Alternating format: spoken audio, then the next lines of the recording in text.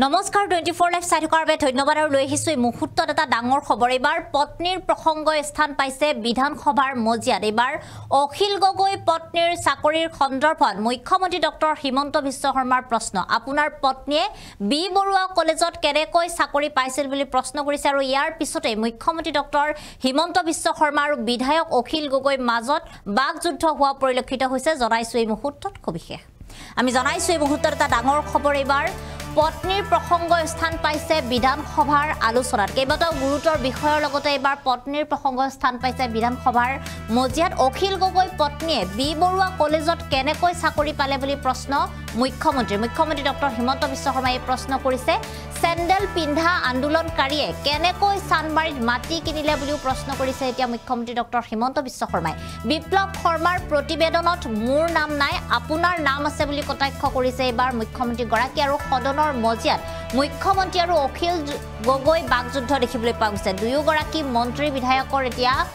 বাকযুদ্ধ দেখিবলৈ পোৱা গৈছে আজিৰ দিনটোত পুনৰবাৰ বিধায়ক অখিল গগৈ আৰু মুখ্যমন্ত্ৰী ডক্টৰ হিমন্ত বিশ্ব শৰ্মাৰ বাকযুদ্ধৰে পুনৰবাৰ সদনৰ মজিয়া হৈ পৰিছে উত্তাল এবাৰ পত্নীৰ প্ৰসংগই বিশেষকৈ স্থান পোৱা গৈছে শেহতীয়াকৈ যি গৌৰৱ গগৈ পত্নীৰ প্ৰসংগ ইয়াৰ পিছতে এবাৰ বিধায়ক অখিল গগৈ পত্নীৰ প্ৰসংগ এতিয়া আলোচ্য বিষয় হোৱা দেখিবলৈ পোৱা গৈছে কথাৰ মাজতে এবাৰ মুখ্যমন্ত্ৰী ডক্টৰ হিমন্ত বিশ্ব শৰ্মাই অখিল গগৈ উভতি ধৰা দেখিবলৈ পোৱা গৈছে যে অখিল গগৈ পত্নীয়ে কেনেকৈ বি বৰুৱা কলেজত চাকৰি লাভ কৰিবলৈ সক্ষম হ'ল যোগ্য প্ৰাৰ্থীক সেই চাকৰি নেদি অখিল গগৈ পত্নীক সেই চাকৰি দিয়া হৈছিল বুলি গুৰুতৰ অভিযোগো দাখিল কৰিছে এতিয়া মুখ্যমন্ত্ৰী গৰাকীয়ে আৰু তাৰ লগতে তেওঁ উল্লেখ কৰিছে যে এজন চেণ্ডেল পিন্ধা আন্দোলনকাৰীয়ে কেনেকৈ গুৱাহাটী মহানগৰীৰ চানমাৰীত মাটি কিনিলে বুলিও প্ৰশ্ন কৰা দেখিবলৈ পোৱা গৈছে আৰু ইয়াৰ পিছতে তেওঁ কৈছে যে এপিএছচিৰ প্ৰসংগলৈ যি উত্তাল হৈ পৰিছে সদন বা যি এই বিষয় আলোচ্য হৈ পৰিছে তাৰ মাজতে তেওঁ কৈছে যে বিপ্লৱ শৰ্মাৰ যি প্ৰতিবেদন দাখিল কৰা হৈছে সেই প্ৰতিবেদনখনত মোৰ নাম উল্লেখ কৰা নাই কিন্তু আপোনাৰ নাম উল্লেখ আছে আপোনাৰ নামত টকালৈ 3 লাখ খোৱাৰ গুৰুতৰ অভিযোগ আছে বুলি উল্লেখ কৰা দেখিবলৈ পোৱা গৈছে আৰু ইয়াৰ পিছতে এবাৰ মুখ্যমন্ত্ৰী গৰাকীয়ে ওপেন চ্যালেঞ্জ দিয়া দেখিবলৈ পোৱা গৈছে বিধায়ক অখিল গগৈ সেই চ্যালেঞ্জ একচেপ্ট কৰা দেখিবলৈ পোৱা গৈছে মুঠৰ ওপৰত পত্নীৰ প্ৰসংগই সদন উত্তাল কৰি দিয়া দেখিবলৈ পোৱা গৈছে গৌৰৱ গগৈ পত্নীৰ প্ৰসংগৰ পিছতে এবাৰ বিধায়ক অখিল গগৈ পত্নীক টাৰ্গেট কৰিছে এবাৰ মুখ্যমন্ত্ৰী ডক্টৰ হিমন্ত বিশ্ব শৰ্মাই কেনেদৰে অখিল গগৈ পত্নী তেওঁ বি বৰুৱা কলেজত চাকৰি পালে সেই চাকৰি দিয়াৰ আঁৰত কি ৰহস্য আছে মই আজিলৈকে সেই কথাক লৈ মুখ খোলা নাই বুলি কৈছে মুখ্যমন্ত্ৰী গৰাকী আৰু ইয়াৰ পিছতে বিধায়ক অখিল গগৈ উভতি ধৰি কৈছে যে কেনেদৰে মোৰ পত্নীয়ে চাকৰি পালে সেই কথা আপুনি দেখুৱাই দিয়ক এনেদৰে এতিয়া দুয়োজনৰে মাজত বাদ বিবাদ হোৱা দেখিবলৈ পোৱা গৈছে বাকযুদ্ধ হোৱা দেখিবলৈ পোৱা গৈছে আৰু এই বাকযুদ্ধৰ মাজতে পুনৰবাৰ উত্তাল হৈ পৰিছে সদন আৰু এই মুহূৰ্তত আমাৰ হাতত কিছু মন্তব্য আছে সেই মন্তব্য আমি আপোনালোকক শুনাইছো কব লাগে এইটো সময়ত আপুনিও চ্যালেঞ্জ ঠিক আছে এই দিনাখন ইণ্টাৰভিউত মই আপোনাক আগত কওঁ আপোনাৰ পৰিবাৰতকৈ চোকা ছোৱালীক পিছ পেলাই থৈ চাকৰি দিয়া হৈছিল পেপাৰত ওলাইছিল ৰেকৰ্ড আছে মই আজি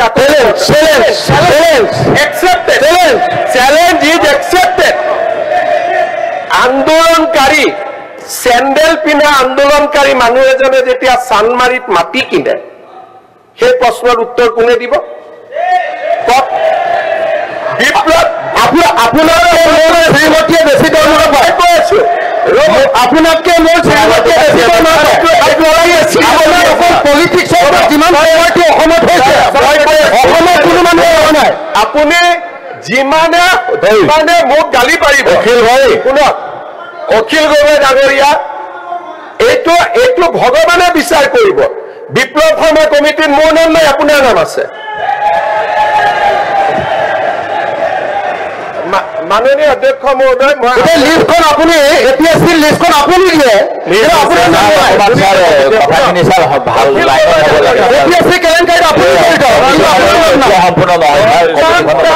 যিমানটা ডিফামেশ্যন কেছ হৈছে আপুনি কোৰ্টত গৈ মোৰ পুৰুকা মাৰিছে এইটো পেপাৰে লিখা কথা মই লিখা কথা নহয় বুলি মই আপোনাৰ ওপৰত যিমানটা ডিফামেশ্যন কেছ দিছো আপুনি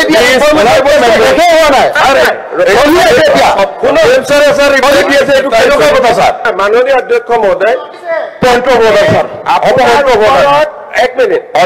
অধ্যক্ষ মহোদয় আপোনাৰ ওপৰত মই যিমানটা ডিফামেশ্যন কেছ দিছো আপোনাৰ উকিলে গৈ কোৰ্টত কৈ এইকেইটা মই কোৱা নাই বুলি অন ৰেকৰ্ডৰ পৰা কৈছো হাউচ কমিটি এখন গঠন কৰি দিয়ক কমিটিখনে পৰীক্ষা কৰি লওক মই ক'লো আপোনাৰ সাহসে নাই কোৰ্টত গৈ কথা কোৱা আপুনি সাহসে ডকুমেণ্টখিনি দি দিয়ক কোৰ্টত মই কৈছিলো কি ডকুমেণ্টখিনি কোৰ্টত দি দিয়ক মই কোৰ্টত মই কি ক'ব আপুনি আলোচনাই কৰিব নোৱাৰে আপুনি লেজিছলেটৰ মাননীয় মহোদয়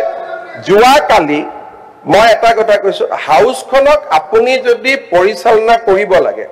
এই এজন মানুহৰ লগত যদি মই এনেকে কথা পাতি থাকিব লাগে বাকি হাউচৰ কি অধিকাৰ নাই নেকি বাকি মেম্বাৰ্ছৰ অধিকাৰ নাই নেকি ইমান নিজকিয় ডিগ্ৰেড কৰে এটাতো লেভেলত থাকক মুখ্যমন্ত্ৰী এজনে কথা ক'লে মইতো আৰু আপুনি পাতি দিয়া নাই অসমৰ মানুহে মোক মুখ্যমন্ত্ৰী পাতিছে আজিও আপুনি যিমান শিৱসাগৰ জিকে জালুকবাৰীত মই তাতকৈ বহুত হাজাৰ ভোটত জিকি আহোঁ গতিকে এটা মানুহৰতো ৰেছপেক্ট এটা সৌজন্য এটা মিনিমাম বয়স বাঢ়িছে ইউ আৰ বিকামিং ফাদাৰ